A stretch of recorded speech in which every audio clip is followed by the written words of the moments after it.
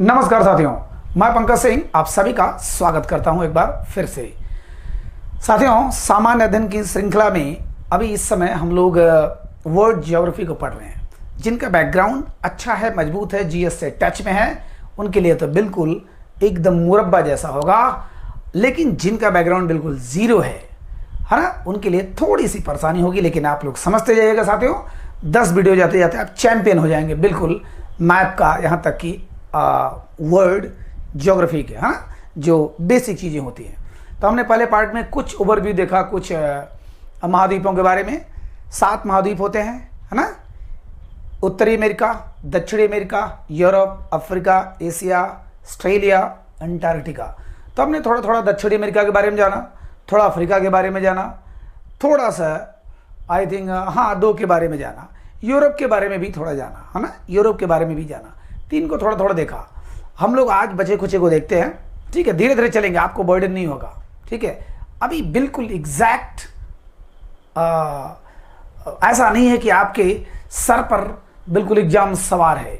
और अगर एग्जाम है भी तो मान के चलिए कि हवड़ाने से कुछ नहीं होगा। उसको 1 बार 2 बार 3 बार अपने दिमाग में बैठा, ये बिल्कुल क्लियर हो जाएगा।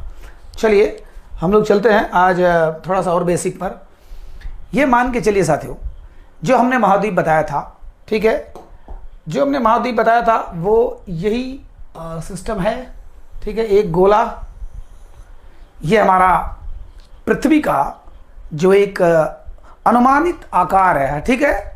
कहीं होता है कि थोड़ा सा तिरछा है, अंडाकार है, गोलाकार है, जैसे भी है, छोड़िए। तो हम फटाफट देख रहे हैं कि ये जो काल्पनिक रेखा है हमारे पृथ्वी के बीचों बीच, इसको हम लोग बोलते हैं विषुवत रेखा या भूमध्य रेखा, ठीक है। जो इक्वेटर लाइन होता है, इक्वेटर, है ना, और या भूमध्य रेखा माने जमीन के बिल्कुल भुइयां के मध्य में, बिल्कुल बीचों बीच रेखा जो होती है, इक्वेटर लाइन जो ये होता है, विषुवत रेखा या भूमध्य रेखा होता है, ठीक है। और ऐसे जो ये एक काल्पनिक इधर रेखा है और एक काल्पनिक इधर रेखा है, ध्यान दीजिएगा, ठीक है। और इधर पर आप मान चलिए थोड़ा सा और इसको दर्शा दीजिए, ठीक है, इसको दर्शा दीजिए। तो ये काल्पनिक रेखा, अगर यहाँ पर आप डी रखते हैं, डी मान लीजिए चांदा जिसको बोलते हैं हम लोग, डी रखते हैं, तो अगर ये लगाएंगे तो आपका जो एंगल बनेगा ये बनेगा 23.5 अंश का, ठीक है, 23.5 अंश का। एक आप अनुमान लगा ले रहे हैं, गोला है, बीच में एक रेखा है, रेखा पर 23.5 अंश ऊपर और 23.5 अंश, है ना, अंश ये नीचे। तो हम लोग इस रेखा को क्या बोलेंगे, कर्क रेखा, ठीक है, कर्क रेखा। और इसको क्या बोलेंगे, मकर रेखा, ठीक है, मकर रेखा, कर्क रेखा और मकर रेखा। जनरली एक सामान्य जानने वाला सभी लोग जानते हैं, लेकिन फिर भी थोड़ा सा अगर आपका भूल रहा हो तो आप समझ जाइए, कर्क रेखा, मकर रेखा, ठीक है। ये हो गया हमारा भूमध्य रेखा या विषुवत रेखा। अब इसके बाद जितनी रेखाएं हैं, काल्पनिक रेखा, इधर जितनी भी रेखा है, ध्यान दीजिएगा, ये इस प्रकार को हम लोग कौन सा रेखा बोलते हैं, हॉरिजॉन्टल लाइन या क्षैतिज रेखा। जो इस प्रकार की रेखा है, ध्यान दीजिएगा, इसमें पूरा, है ना। चलिए आपसे सवाल पूछता हूँ, कितनी रेखा है, 180 के 181, ध्यान दीजिएगा, 180 के 181 लाइन है, आप बताइएगा, ठीक है। अब देखिए ये पूरी काल्पनिक रेखा, इसको हम लोग बोलेंगे अक्षांश रेखा। जो भी क्षैतिज रेखा है, ठीक है, अक्षांश रेखा बोलेंगे, ठीक है, अक्षांश। और एक बीच में बिल्कुल ऐसे, इसको हम लोग बोलेंगे ऊर्ध्वाधर, ठीक है, ऊर्ध्वाधर, ऊर्ध्वाधर, ठीक है, ऊर्ध्वाधर रेखा माने इसको अगर देखा जाए वर्टिकल जो ये लाइन है ना, हॉरिजॉन्टल लाइन, वर्टिकल लाइन, ऊर्ध्वाधर रेखा, यहाँ पर भी एक बिल्कुल एक बीचों बीच में है, ठीक है। और उसके बाद ये काल्पनिक लाइन, चलिए ये आपकी काल्पनिक लाइन इधर हो गई, ठीक है। ये इस प्रकार से अब 180 इधर और 180 इधर, है ना, 360 है। अब इसको आप लोग बताइएगा 360 है कि 361 है। आपसे जो सवाल कर रहा हूं उसका जवाब जरूर दीजिएगा, ठीक है, ध्यान दीजिएगा। तो जितनी ये काल्पनिक रेखाएं हैं जो ऊर्ध्वाधर है, क्षैतिज नहीं है, ऊर्ध्वाधर वर्टिकल है, इसको हम लोग बोलेंगे देशांतर रेखा, ठीक है, देशांतर रेखा। ये ध्यान दीजिएगा, काल्पनिक रेखा है ये, काल्पनिक, ठीक है। तो इस प्रकार की जितनी रेखाएं हैं उसको हम लोग बोलते हैं अक्षांश रेखा। इस प्रकार की जितनी रेखाएं हैं हम लोग उसको बोलते हैं देशांतर रेखा, ठीक है। अब इसका महत्व क्या है, हम इसको क्यों पढ़ते हैं, हम इसको क्यों पढ़ते हैं, ये बिना इसके जाने आप नहीं समझ पाओगे, ठीक है। जो मैप मैं पढ़ा रहा हूं इसी पृथ्वी के इसी नक्शे पर पूरा सारा मैप है। और ध्यान दीजिएगा, अगर चूंकि हमको भारत भी नहीं पढ़ना है, भारत की स्थिति क्या है, देखिए ये हमारा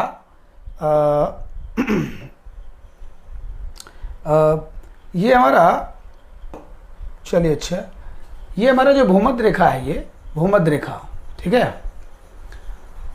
अब इसको, इसके ऊपर के भाग को हम लोग बोलते हैं उत्तरी गोलार्ध, ठीक है, उत्तरी गोलार्ध, और नीचे को दक्षिणी गोलार्ध। गोलार्ध माने गोला का आधा हिस्सा, गोलार्ध, ठीक है, उत्तरी गोलार्ध, दक्षिणी गोलार्ध, ठीक है।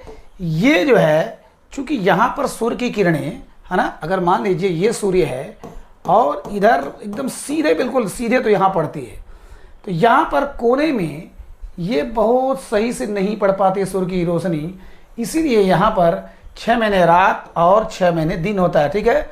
नॉर्थ पोल, साउथ पोल, उत्तरी ध्रुव, दक्षिणी ध्रुव, ठीक है, उत्तरी ध्रुव, दक्षिणी ध्रुव, यहाँ पर बर्फ ही बर्फ है। क्यों? क्योंकि गर्मी जब ज़्यादा पड़ती नहीं है, 6 महीने रात रहता है, 6 महीने दिन रहता है, तो फिर ठंडी पड़ना ही पड़ना है, तो बहुत बर्फ है ये, ठीक है। ये अंटार्कटिका महाद्वीप जो मैंने बोला था, 7वां महाद्वीप नीचे है अंटार्कटिका, इसके बारे में भी बताऊंगा क्या है। अब यहाँ पर एक आप ये जान लीजिए, बिल्कुल समझ जाइए कि आपका ये हो गया उत्तरी अमेरिका, ठीक है, ये हो गया दक्षिणी अमेरिका, ये हो गया यूरोप, ठीक है। और मतलब लाइनिंग पे अभी मत ध्यान दीजिएगा, क्योंकि मैंने बताया था अफ्रीका महाद्वीप एक ऐसा महाद्वीप है जो तीनों रेखा से गुजरती है, ठीक है, लेकिन यहाँ पर ऐसे तीनों नहीं हो पाएगा। ये अफ्रीका महाद्वीप, ये एशिया महाद्वीप, ये ऑस्ट्रेलिया महाद्वीप और ये अंटार्कटिका महाद्वीप, ठीक है। इसको हम लोग देखेंगे, अभी धीरे धीरे जानते जाइएगा। इसको जब इंडिया को पढ़ाऊंगा तो देशांतर बिल्कुल एकदम बहुत डिटेल में इसको पढ़ना होगा, क्योंकि एक देशांतर के क्लास में, सिर्फ एक अक्षांश वाले क्लास में, ठीक है, एक अंतर्राष्ट्रीय तिथि रेखा वाले क्लास में, इसी में एक में इतने क्वेश्चन छुपे हुए हैं कि भूगोल को जैसे लगेगा निचोड़ देंगे आप, वर्ल्ड ज्योग्राफी को, ठीक है। तो ये हमारा हो गया मतलब पृथ्वी का एक नक्शा, पृथ्वी का एक अनुमानित मतलब आकार, और इस प्रकार के रेखाओं को हम लोग कहते हैं अक्षांश रेखा, इस प्रकार के रेखाओं को हम लोग कहते हैं देशांतर रेखा, ठीक है। ये 0 अंश देशांतर रेखा है, हम लोग बाद में पढ़ेंगे। और ये 0 अंश अक्षांश रेखा है, बीच वाला 0 अंश है, ठीक है, 0 अंश, ठीक है। और ये 23.5 अंश को कर्क रेखा, और ये 23.5 अंश मकर रेखा। बस इतना जानिए अभी, ठीक है, धीरे धीरे चलेंगे।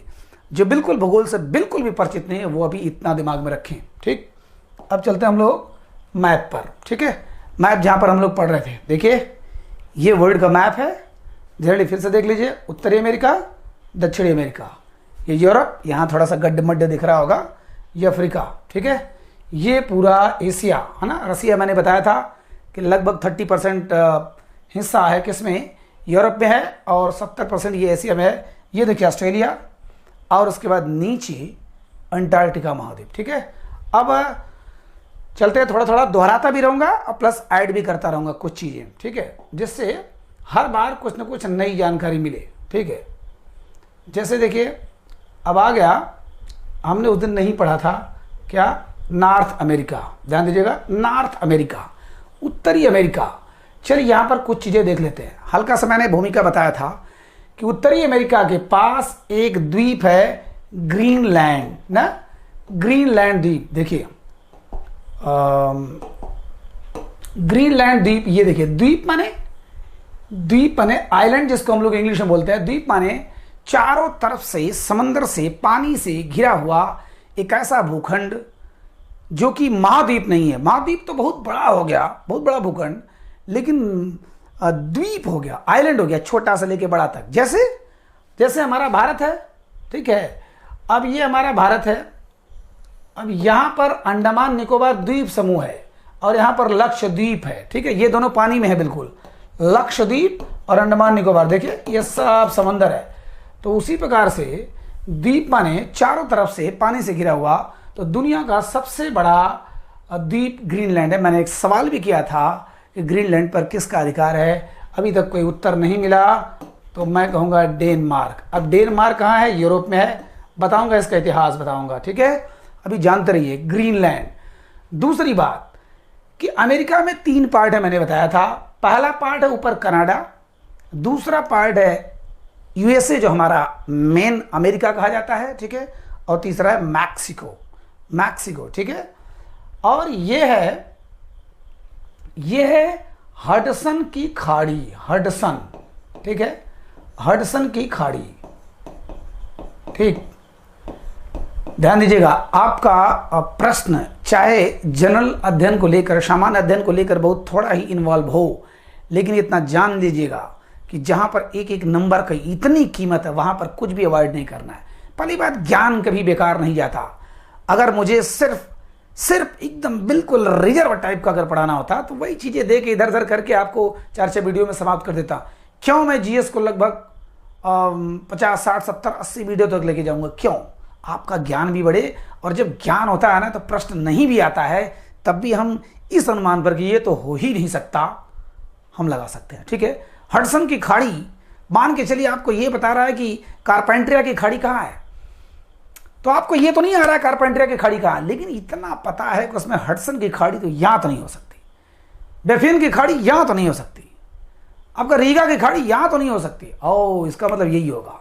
तो पढ़ने से फायदा ये, नुकसान नहीं है ना। तो चलिए, ये 3 पार्ट में हो गया, कनाडा, अमेरिका, मैक्सिको, ठीक है। तो यहाँ पर एक हडसन की खाड़ी है, ठीक है। और इसको भी छोड़िए, अभी छोटे छोटे, ये भी देखिए एक द्वीप है। चलिए, इस द्वीप को मैं पूछ रहा हूँ कौन सा द्वीप है, ठीक है। सिंपल द्वीप है, एक बड़ा जाना माना द्वीप है।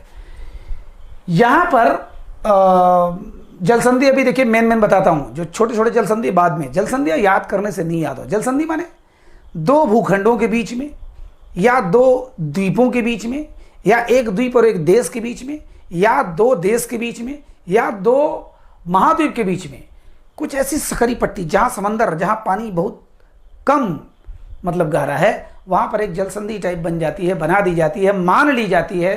चाहे जैसे उसको हम लोग बोलते हैं स्ट्रेट, ठीक है, स्ट्रेट जल संधि, ठीक है।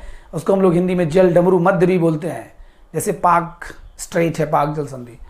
तो यहाँ पर अब देखिए, सबसे बड़ी चीज़ इसमें याद करने लायक क्या है कि कनाडा और अमेरिका की सीमा पर 5 महान झीलें हैं। ध्यान दीजिएगा, 1, 2, 3, ये 4 और ये 5, है ना। ग्रेट लेक्स कहाँ है?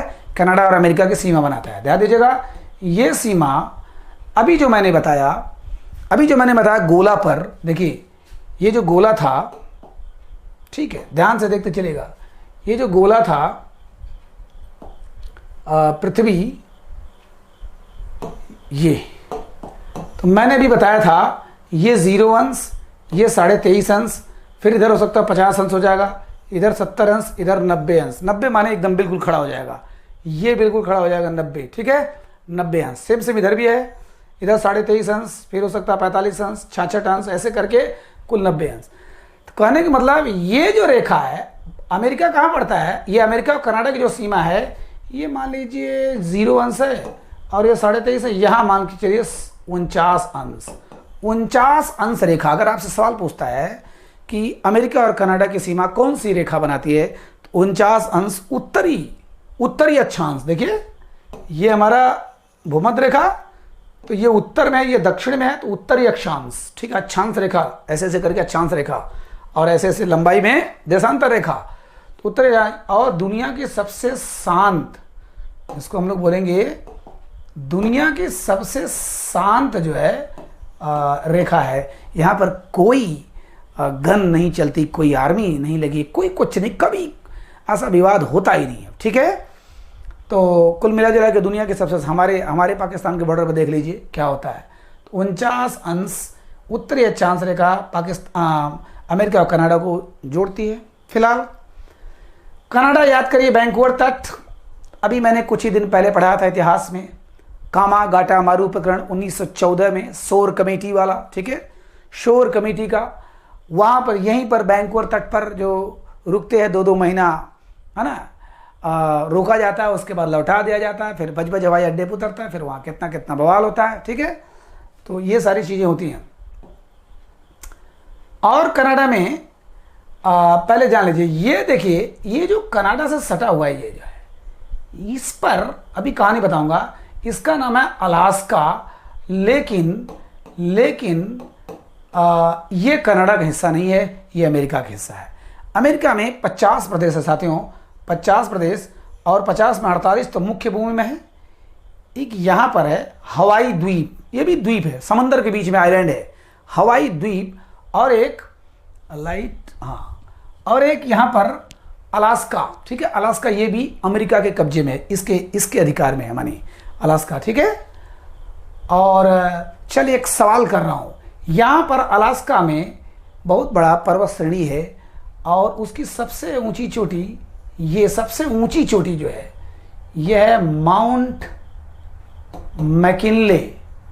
आपको बहुत जल्दी मैं टेस्ट पेपर दे रहा हूँ, मैंने प्रैक्टिस सेट दे रहा हूँ, ठीक है, हिस्ट्री का तैयार हो चुका है, ज्योग्राफी का बना रहा हूँ। माउंट मैकिनले, सिंपल रटेंगे, कभी जिंदगी में नहीं याद होगा, याद करते जाइए।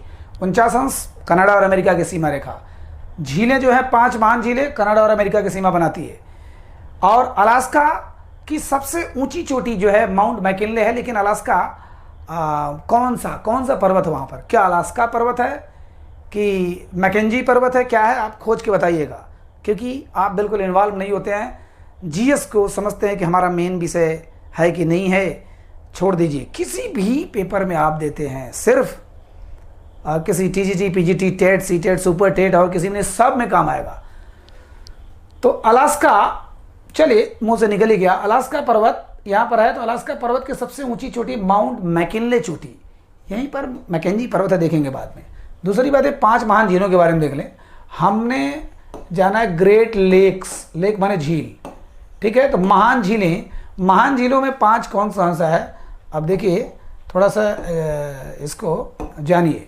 पहला झील, ध्यान दीजिएगा, ये है सुपीरियर झील, नाम बहुत सुना होगा साथियों, विश्व की सबसे बड़ी मीठी पानी की झील, सबसे बड़ी मीठे पानी की झील है, ठीक है। ये मीठा है, ये खारा नहीं है, सुपीरियर झील। ये जो है, ध्यान दीजिएगा, यही एक ऐसी झील है जो कनाडा के सीमा पर नहीं, 4 तो बिल्कुल सीमा बॉर्डर बनाती है, ये थोड़ी सी अलग है, मिशिगन झील, ठीक है, मिशिगन झील।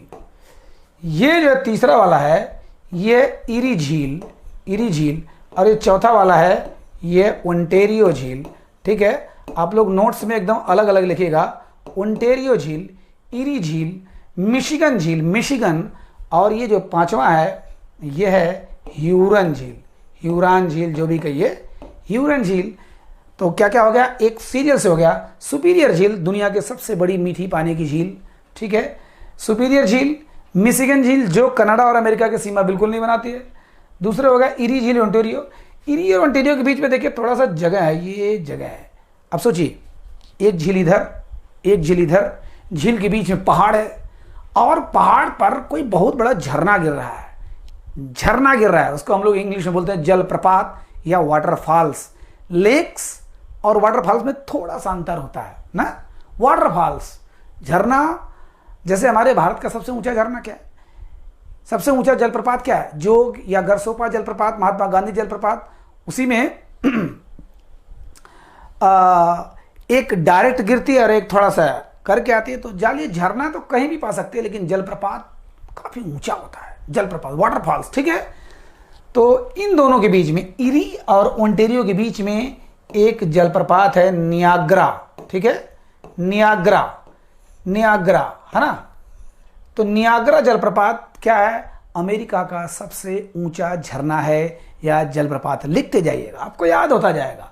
अमेरिका का सबसे ऊंचा जलप्रपात, सबसे ऊंचा झरना नियाग्रा जलप्रपात किन 2 झीलों के बीच में, इरी और ओंटेरियो के बीच में। इरी और ओंटेरियो के बीच में एक नियाग्रा जलप्रपात है, ठीक है। और मिशिगन झील की खासियत है यह सीमा से नहीं लगती है, ठीक है, किसके, कनाडा के। सुपीरियर झील सबसे गहरी झील मीठे पानी की। अब आता देखिए ये जो डंडा जैसा निकला हुआ ये मैक्सिको में आएगा। दूसरी बात यहाँ पर आपको याद होगा, नाम सुना होगा लॉस एंजलिस, ठीक है, लॉस एंजलिस। यहाँ पे क्या है साथियों, हॉलीवुड, याद होगा आपको, हॉलीवुड की फिल्में जहाँ बनती है, जैसे हमारा गोरेगांव फिल्म सिटी है, मुंबई गोरेगांव फिल्म सिटी। इस समय हमारे उत्तर प्रदेश में बहुत बड़ा फिल्म सिटी बन रहा है, ठीक है, नोएडा क्षेत्र में, ग्रेटर नोएडा क्षेत्र में बहुत बड़ा। अगर ये राजनेता लोग अगर मेहरबान ऐसे ही रहे तो बहुत बड़ा फिल्म सिटी, जिससे कि सब लोग दंग हैं। जैसे आपके दक्षिण भारत में रामोजी राव जो फिल्म सिटी है, जहाँ पर आज भी जो क्या नाम है, बाहुबली का जो सेट अभी तक लगा हुआ है, लोग अभी भी टिकट लेके लाखों रुपए डेली देते हैं। राजामौली साहब आज भी कमा रहे हैं, ठीक है, फिलहाल गवर्नमेंट भी कमा रही है उससे। तो ये जो है लॉस एंजलिस, यहीं पर हॉलीवुड है, ठीक है, हॉलीवुड। और अमेरिका की राजधानी साथियों क्या है, वाशिंगटन डीसी है, सबको पता है। तो वाशिंगटन एक प्रदेश भी है, वाशिंगटन एक जिला भी है, ध्यान दीजिएगा, वाशिंगटन एक प्रदेश भी है। 50 प्रदेश है, 50 में एक जिला कोलंबिया है। तो कोलंबिया प्रदेश का एक जिला, District of Columbia, DC, District of Columbia. तो कोलंबिया प्रदेश की जो राजधानी है, जो वो है, वो भी वाशिंगटन का आता है। तो वहाँ पर राजधानी अमेरिका के, ठीक है। फिलहाल ये हो गया हमारा 5 महान झीलें, बॉर्डर, ठीक है, 49 अंश रेखा। और यहीं पर देखिए ये जो ब्लू है, ये है सेंट लॉरेंस की खाड़ी, ठीक है, सेंट लॉरेंस की खाड़ी। इसका मतलब आप समझ जाइए कि अमेरिका की सबसे लंबी नदी कौन है, सेंट लॉरेंस नदी, ठीक है, इसके बारे में बाद में बताऊंगा। सेंट लॉरेंस की खाड़ी अमेरिका की सबसे लंबी नदी, सेंट लॉरेंस नदी, ठीक है। अब आते हैं ये मैक्सिको याद करिए साथियों, हमारे यहाँ जब हरित क्रांति हुआ था, स्वामीनाथन ने जो किया था, तो जो गेहूं का प्रयोग हुआ था मैक्सिको से ही गेहूं लाया गया था, ठीक है, मैक्सिको। फिलहाल अभी बता रहा हूं, ये देखिए मैक्सिको की खाड़ी है, ये मैक्सिको की खाड़ी है, ठीक है। खाड़ी माने खाई, ये डिच होता है, खाई माने खंती, जिसको भोजपुरिया में बोलेंगे। खाई है बहुत बड़ी, चारों तरफ देखिए, अब चारों तरफ देश है, कुछ अगल बगल पहाड़ है, एकदम जैसे लग रहा है खाई है, वही होता है खाई, ठीक है, खाड़ी।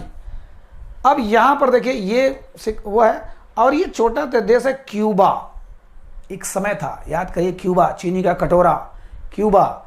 इसके दोनों के बीच में देखिए, मैक्सिको और क्यूबा के बीच में, अच्छा जमैका भी यहीं पर है, जहाँ के उसेन बोल्ट हैं, जमैका, ध्यान दीजिएगा, कैरिबियन देश यहाँ पर हैं। मैंने बताया था उत्तरी अमेरिका और दक्षिणी अमेरिका के बीच में 8 देश हैं जो जोड़ते हैं, अभी बता रहा हूँ, 8 देश जो जोड़ते हैं, प्लस, ठीक है, प्लस कभी कभी लाइट को देखना पड़ता है, ठीक है, प्लस 8 देश बीच में जोड़ते हैं। और बगल में कैरिबियन कंट्री है, बहुत से ऐसे देश हैं, जो मैंने बताया था, वेस्ट इंडीज़ भी है, और सब उसी टाइप के लोग हैं, ठीक है। तो जमैका, यहाँ पर ध्यान दीजिएगा, ये जो इसके बीच में संधि है, इसको बोलते हैं फ्लोरिडा जल संधि, फ्लोरिडा, ठीक है, फ्लोरिडा जल संधि। किसके बीच में, मैक्सिको और क्यूबा के बीच में। अच्छा, इसके बीच में बता दूं, ग्रीनलैंड और इसके बीच में वेरी वेरी इंपॉर्टेंट, डेविस जल संधि, ठीक है, डेविस बहुत बार पेपर में आ चुका है। और ध्यान दीजिएगा, इधर एशिया है हमारा, अभी उत्तरी अमेरिका पढ़ रहे हैं, और यहाँ से देखिए एशिया से थोड़ा सा रूस जो है सटा हुआ है, क्योंकि रूस एकदम अमेरिका सटा हुआ है। जब कोल्ड वार हुआ था 1945 से लेकर 1990 तक, 45 साल तक जो शीत युद्ध हुआ था, दोनों सेनाएं आमने सामने खड़ी थी, लेकिन दोनों का शक्ति संतुलन बराबर था, कोई एक दूसरे पर हमला नहीं कर पाया।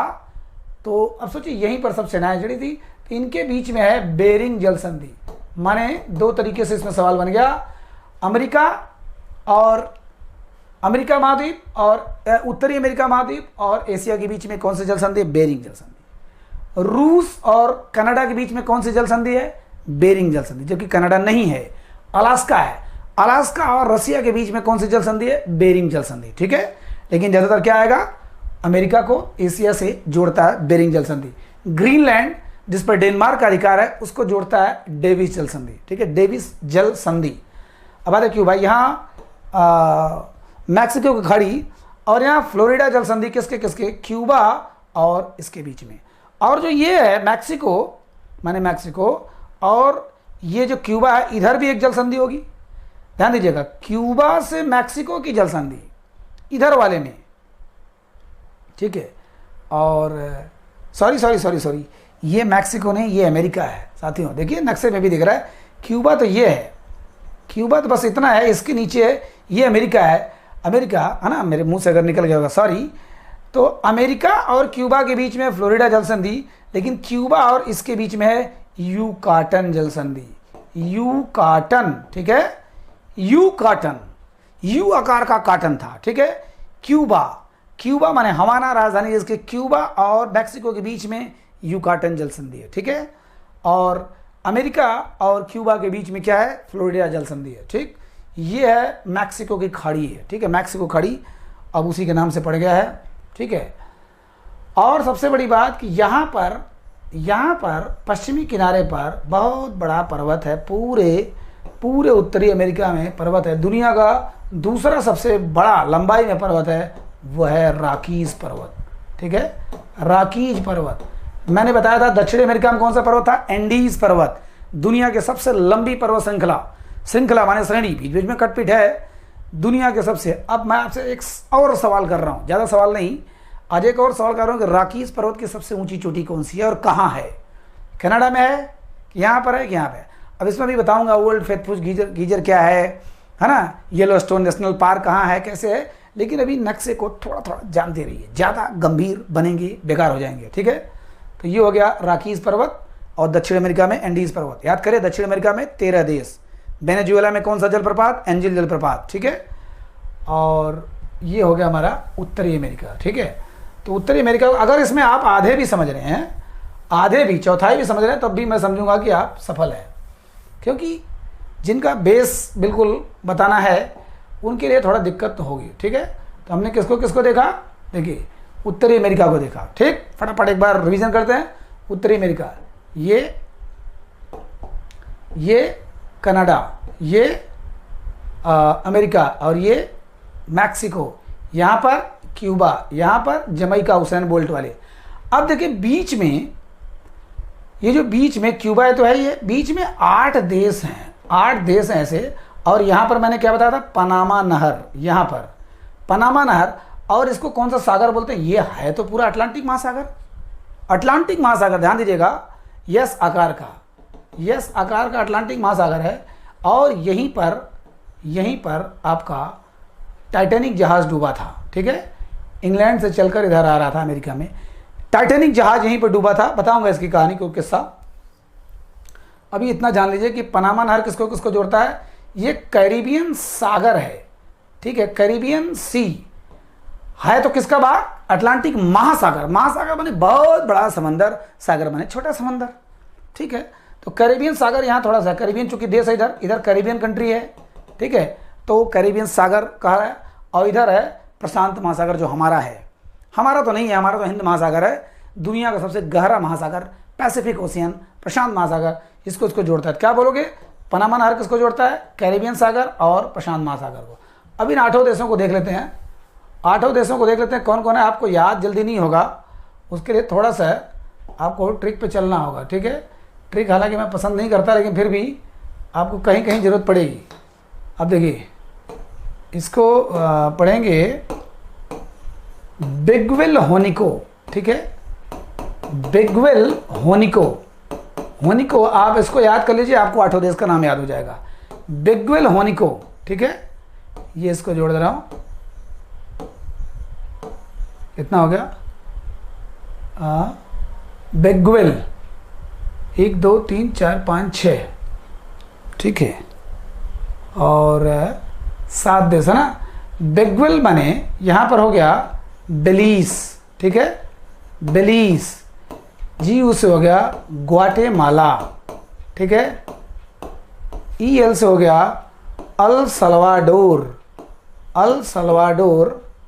ठीक है, अल सल्वाडोर। हो से हो गया होंडुरास, ठीक है, होंडुरास। और नी से हो गया निकारागुआ, और गुआ, और को से हो गया कोस्टारिका, ठीक है, और लास्ट में हो गया पनामा। मतलब अगर ये उत्तरी अमेरिका है और ये दक्षिणी अमेरिका है तो यहाँ से बी से चलता है, हाँ, बेलीज है, ग्वाटेमाला है, अल सल्वाडोर है ना, होंडुरास है, निकारागुआ है और कोस्टारिका है, लास्ट में पनामा है, पनामा, ठीक है। 7 हैं, आई थिंक मैंने 8 कहा था, 7 देश ये मेन है, ठीक है।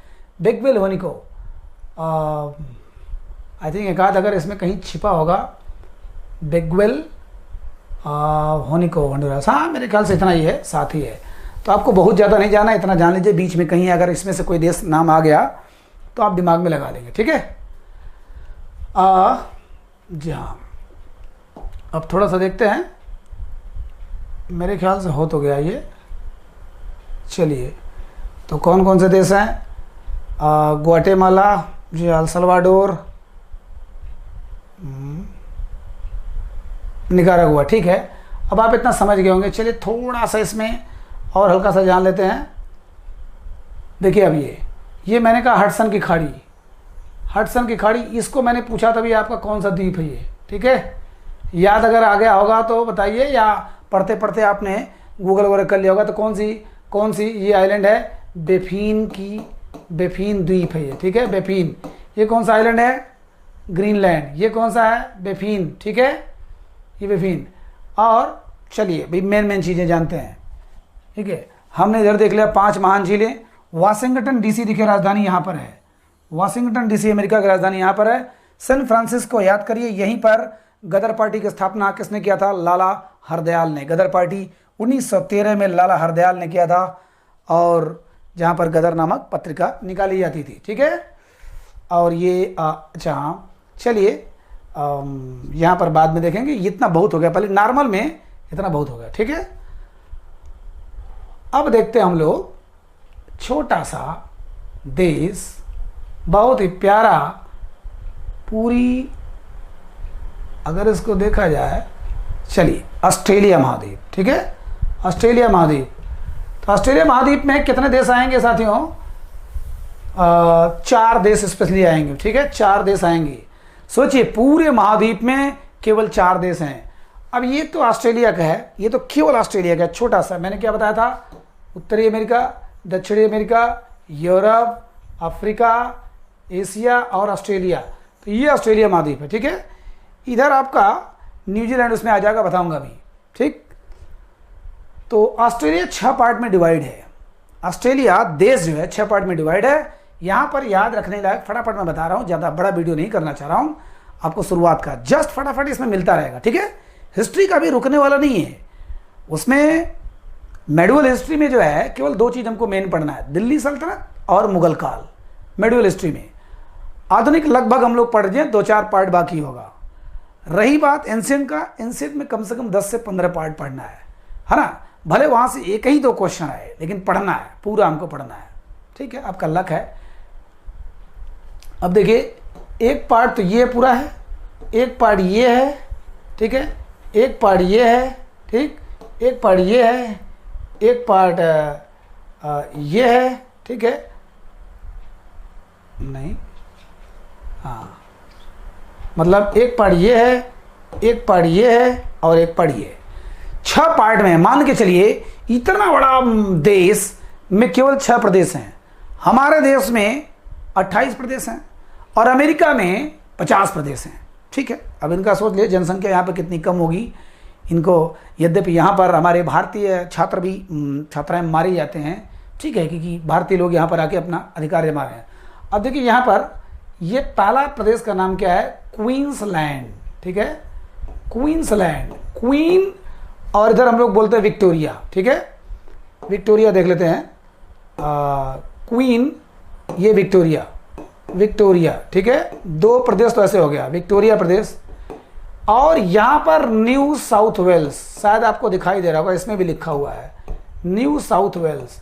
ये ध्यान दीजिएगा साथियों, 6 प्रदेश का नाम अगर याद कर लेते हैं एक वीडियो में, आपको दिक्कत होगी नो डाउट, लेकिन आप जानते रहिए थोड़ा थोड़ा। हमने किसको देखा? उत्तरी अमेरिका, दक्षिणी अमेरिका, थोड़ा सा यूरोप, थोड़ा सा अफ्रीका और थोड़ा सा ऑस्ट्रेलिया, अभी एशिया बाकी है हमारा, ठीक है। बहुत आपका क्वेश्चन तो केवल महाद्वीप से तैयार हो जाएगा। क्या हो गया, क्वीन विक्टोरिया, विक्टोरिया रानी विक्टोरिया का घोषणा पत्र याद करें 1858 में लॉर्ड कैनिंग ने इलाहाबाद में पढ़ा हुआ था। 1 नवंबर 1858 को जिस समय 1857 का संग्राम हुआ और ईस्ट इंडिया कंपनी को हटा दिया गया, तोड़ दिया गया, वहां से भगा दिया गया, डायरेक्ट शासन इंग्लैंड से चला। इंग्लैंड से किसने चला, भारत परिषद ने, और उसमें कितने लोग थे, 15 लोग थे, उसका मुखिया होता था भारत सचिव। ठीक है, तो वही महारानी विक्टोरिया, तो महारानी विक्टोरिया के नाम से यहां पर एक प्रदेश है, ये क्वीन तो है, क्वींसलैंड, न्यू साउथ वेल्स। ठीक है, न्यू साउथ वेल्स एक जगह है, इसका बहुत जरूरी, बहुत इंपॉर्टेंट नाम है, अभी बताऊंगा इसका मतलब क्या है। अब यहां पर ये उत्तरी ऑस्ट्रेलिया, ये दक्षिणी ऑस्ट्रेलिया, ये पश्चिमी ऑस्ट्रेलिया, तो सिंपल है।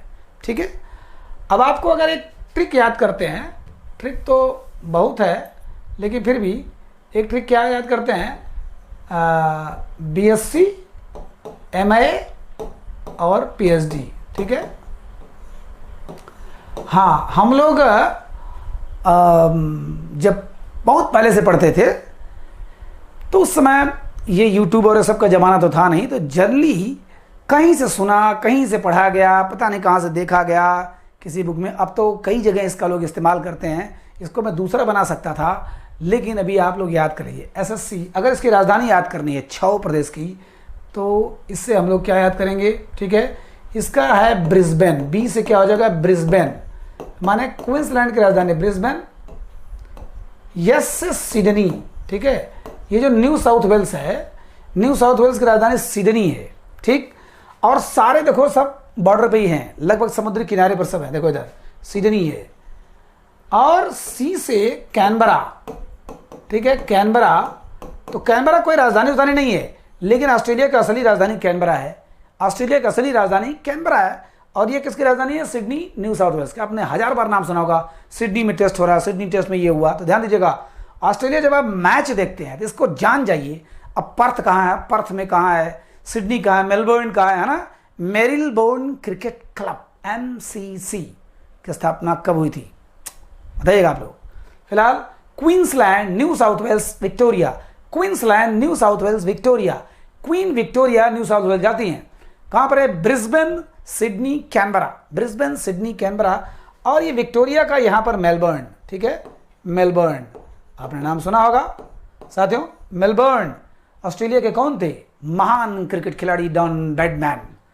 ओवल टेस्ट में ध्यान दीजिएगा, ओवल का इंग्लैंड में, वहां पर उनको 100%, 100% एवरेज बनाने के लिए 4 रन की जरूरत थी, और उन्होंने पहले ही घोषणा कर दिया था कि नहीं, ये मेरा आखिरी मैच है, अगर इसमें बना लिया तो ठीक है, नहीं। आउट हो गए पहले ही बॉल पर, 0 पर। हो सकता है जानबूझकर आउट हुआ, उन्होंने कुछ इतिहास रचने के लिए कि कुछ चीज़ें अधूरी छोड़ दो, जैसा नाम और ज़्यादा होगा। बहुत लोगों ने रिक्वेस्ट किया कि आप खेल लीजिए, खेल लीजिए। 100% बहुत बड़ी बात होती है साथियों। सचिन तेंदुलकर जैसे महारथी का 56-57% है, विराट कोहली का आप लोग समझ पा रहे हो 60 के अंदर ही है, तो बड़े बड़े महारथी नहीं है, वो 100% थे। हालांकि 29 शतक बनाया था, उस समय कम टेस्ट भी खेला था, लेकिन वो दौर भी तो स्लो था। उस स्लो दौर में इतना सेंचुरी बनाने वाला डॉन ब्रैडमैन ऑस्ट्रेलिया के खिलाड़ी थे। चलिए, छोटा सा अगर खेल से संबंधित है, आप लोग खेल से संबंधित हैं ही सभी लोग, बताइएगा डॉन ब्रैडमैन का घर इसमें से कहाँ था। ठीक है, तो विक्टोरिया, मेलबर्न। अब आता है ये, अब एम से क्या हो जाएगा, ये मेलबर्न हो गया। ए से क्या हो जाएगा, एडिलेड। ठीक है, ए से हो जाएगा एडिलेड, एडिलेड टेस्ट, आपने बार बार सुना होगा, एडिलेड में टेस्ट हो रहा था, एडिलेड, सब देखिए समंदर के किनारे है। ठीक है, एडिलेड टेस्ट। अब आ गया PhD, पी मैंने पर्थ हो गया, देखिए इधर सब बाउंड्री पे है एकदम, इधर देखिए ये भी बाउंड्री पे है, ये मेलबर्न भी बाउंड्री, माने सब एकदम समंदर के किनारे हैं। PH, अच्छा एक देश और है, ध्यान दीजिएगा, यहाँ पर तो नहीं दिख रहा है, दूसरे नक्शा में बताऊंगा। एक इसके देश के ऊपर देश है पापुआ न्यू गिनी, क्या है, पापुआ न्यू गिनी। और एक देश है ऑस्ट्रेलिया महाद्वीप में, मैंने बताया 4 देश, ऑस्ट्रेलिया, पापुआ न्यू गिनी, तस्मानिया और एक न्यूजीलैंड। 4 मेन जानिए, ऑस्ट्रेलिया, पापुआ न्यू गिनी। ठीक है, पाप कर करके न्यू गिनी, नया नया पैसा गिन रहा है, लूट रहा है, पाप करके। ठीक है, वैसे भी आज के ज़माने में, चलिए छोड़िए, जाने दीजिए, ये सब उनके लिए छोड़ दीजिए जो कुतर्क दे करके अपने आप को सही साबित करने का प्रयास करते हैं। आप केवल करते जाइए, करते जाइए, चरय वैति, है ना। सनय्य पंथा, सनय्य ग्रंथा, सनय्य पर्वत लंघनम, चलते जाइए चलते जाइए। फिलहाल मेलबर्न ये हो गया है ना। तो तस्मानिया ये देश है, तो तस्मानिया और इसके ऑस्ट्रेलिया के बीच में बांस जल संधि है। क्या जल संधि है? बांस। इसको बांस बोल दो कि एक बांस लगा के दोनों तरफ इधर उधर कर दिया गया है। किसके? तस्मानिया और ऑस्ट्रेलिया, तस्मानिया।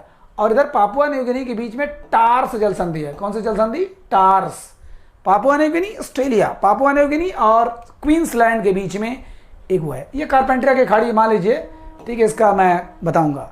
यहाँ पर जो प्रश्न खूब पूछे जाते हैं, अच्छा हाँ, इसका मैंने बताया PH, P से हो गया पर्थ, S से हो गया होंडुरा, होगार्ड, ठीक है, होबार्ट, सॉरी होबार्ट। इसकी राजधानी होबार्ट है। किसकी? तस्मानिया की राजधानी होबार्ट।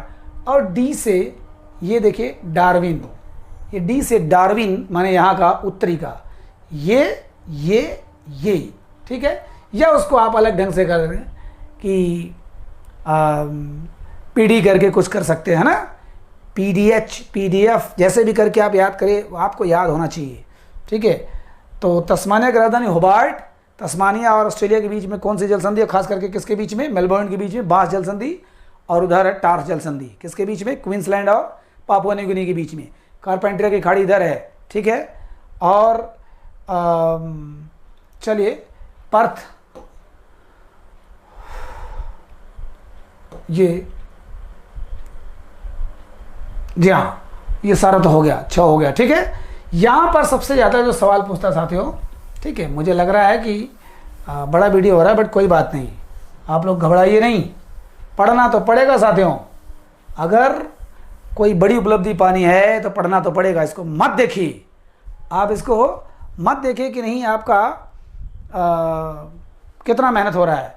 इसमें एक चीज़ याद करने लायक है, ये देखिए लिखा हुआ है और मैं यहाँ बना दे रहा हूँ, है ना। एक पहाड़ है, बहुत बड़ा पहाड़, ठीक है, यहाँ पर पूरा पहाड़ है और इस पहाड़ का नाम है great dividing range. Great dividing माने डिवाइड करने वाला, ग्रेट डिवाइडिंग रेंज माने श्रेणी, ग्रेट डिवाइडिंग रेंज।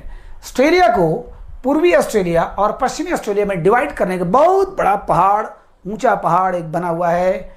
और इसकी सबसे कॉमन खासियत है कि इधर से जितनी भी पवनें आती हैं लदालद होकर के वाष्प से, वाइप्रस जो वाटर होती है जो बारिश कराती है, वो सब इसी पहाड़ से टकरा के इधर ही बारिश कर देती है। तो इधर जितने देश हैं मस्त हैं और इधर पहुंच ही नहीं पाता, इसलिए मरुस्थल। ऑस्ट्रेलिया मरुस्थलों का देश है, ध्यान दीजिएगा, मरुस्थलों का द्वीप है। अगर मरुस्थलीय महाद्वीप कहा जाए तो ऑस्ट्रेलिया। यहाँ पर बहुत बड़ा मरुस्थल है, वह है विक्टोरिया का मरुस्थल। कौन सा मरुस्थल? विक्टोरिया का मरुस्थल। यह है गिब्सन का मरुस्थल और इधर है सिम्पसन का मरुस्थल। ये 3 तो नाम याद रख लीजिएगा, विक्टोरिया, गिब्सन, सिम्पसन। विक्टोरिया का मरुस्थल, गिब्सन, सिम्पसन, 3 बार, 2 बार 2 महारानी का नाम आ गया। महारानी विक्टोरिया, अच्छा हाँ विक्टोरिया तो वही है, सॉरी एक ही है ना, महारानी विक्टोरिया, ठीक है, एलिजाबेथ नहीं, महारानी विक्टोरिया। तो विक्टोरिया बहुत बड़ा, पूरे ऑस्ट्रेलिया का सबसे बड़ा रेगिस्तान है ना आपका विक्टोरिया, गिब्सन, सिम्पसन। और ये क्या है? Great dividing range. Great dividing range, यहीं से 2 नदियां निकलती हैं, कौन? मरे और डार्लिंग, मरे और डार्लिंग, ठीक है। पढ़ने के लिए ये जो शब्द है, ठीक, वैसे ये शब्द भले बदनाम हो, लेकिन माँ बाप भाई बहन किसी के लिए भी, my darling daughter, my darling sister, सबसे प्यारा शब्द माई डार्लिंग मदर होता है, प्यारी लाडली, ठीक है। बट इसको थोड़ा सा नेगेटिव सेंस में लोग ले लेते हैं। फिलहाल मरे डार्लिंग, ठीक है, यहाँ पर हो गया कि सब मर गए, ठीक है। तो great dividing range, great dividing range से 2 मशहूर नदियाँ निकलती हैं, मरे डार्लिंग, और ये कहाँ है? ऑस्ट्रेलिया में है। और सेम यहाँ पर एक और बाधा है, एक और, जिसमें 900 द्वीप हैं, ठीक है, 900 द्वीप हैं और लगभग 2300 किलोमीटर लंबा यह कोरल रीफ। कोरल रीफ माने मूंगे की चट्टान है, ध्यान दीजिएगा, मूंगे की चट्टान। मूंगा अगर आप देखते हैं एक पत्थर होता है ना, मूंगे का लोग अंगूठी वगैरह पहनते हैं, तो मूंगे की चट्टान है। हजारों लाखों साल से हड्डियां जमती हुई, घोंगी सीपी सब जमती हुई, धीरे धीरे धीरे धीरे जमते जमते जमते लाखों साल तक उसी में मछली के अंडा बच्चा सब जमते जमते जमते बहुत विशाल, खास करके मूंगे की चट्टान है, रीफ है, तो उसकी चलते चलते सोचिए लगभग 2300 किलोमीटर लंबी हो गई है मूंगे की चट्टान। इसको हम लोग बोलते हैं great barrier reef, great barrier reef है, ठीक है। 2300 किलोमीटर ग्रेट बैरियर, ये ग्रेट डिवाइडिंग रेंज है, ये ग्रेट बैरियर रीफ। बार बार पेपर में आता है कि दोनों कहाँ हैं, इसमें से ऑस्ट्रेलिया में कौन नहीं है, ग्रेट बैरियर रीफ कहाँ है, मूंगे की चट्टान कहाँ है, कोरल रीफ कहाँ है, हाँ बहुत ऊंचाई और बहुत लंबा, ठीक है। ऑस्ट्रेलिया महाद्वीप के बारे में थोड़ा सा मैंने बताया ये।